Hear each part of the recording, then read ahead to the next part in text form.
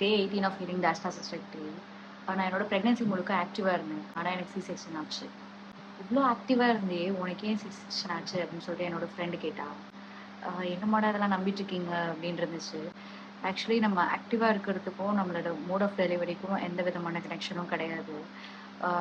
நம்மளோட டெலிவரி வந்துட்டு நம்மளோட குழந்தையோட சைஸு, அதோட பொசிஷன் எப்படி இருக்குது, நம்மளோட ஹிப் போன் எப்படி இருக்குது, குழந்தை பிறக்கிற நேரத்தில் சர்விக்ஸ் எவ்வளோ டைலேட் ஆகிருக்கு, அப்போ வந்து அம்மாவும் குழந்தையும் எந்த அளவுக்கு ஒத்துழைப்பு கொடுக்குறாங்க, அந்த மாதிரி பல மெடிக்கல் ரீசன்ஸை வந்து பேஸ் பண்ணி தான் மோட் ஆஃப் டெலிவரி இருக்குது.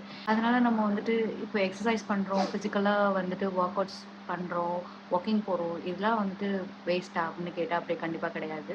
ப்ரெக்னென்சி பீரியடில் நம்மளோட பாடி ஸ்ட்ரென்த்தை வந்து மெயின்டைன் பண்ணுறதுக்கு, பேக் பெயின் இல்லாமல் இருக்கிறதுக்கு, ஜெஸ்டேஷனல் டயபெட்டிஸ் அப்படிங்கிற காம்ப்ளிகேஷன்ஸ்லாம் வந்துட்டு குறைக்கிறதுக்கு ரொம்பவே ஹெல்ப் பண்ணுது. இது நம்மளோட மோட் ஆஃப் டெலிவரிக்கு வந்துட்டு கேரண்டி பண்ணுமா அப்படின்னு கேட்டால் கண்டிப்பாக கிடையாது. ஆனால் ஃபர்ஸ்ட் ரெக்கவரிக்கு வந்து ரொம்பவே ஹெல்ப் பண்ணும். யாராவது ஆக்டிவாக இருந்தால் நார்மல் டெலிவரி ஆகும்னு சொன்னால் நம்பாதீங்க.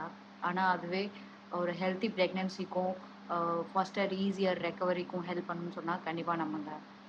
சி செக்ஷன் வந்துட்டு ஒரு ஃபெயிலியர் கிடையாது. அதை ஃபஸ்ட்டு நம்ம ஏற்றுக்கணும்.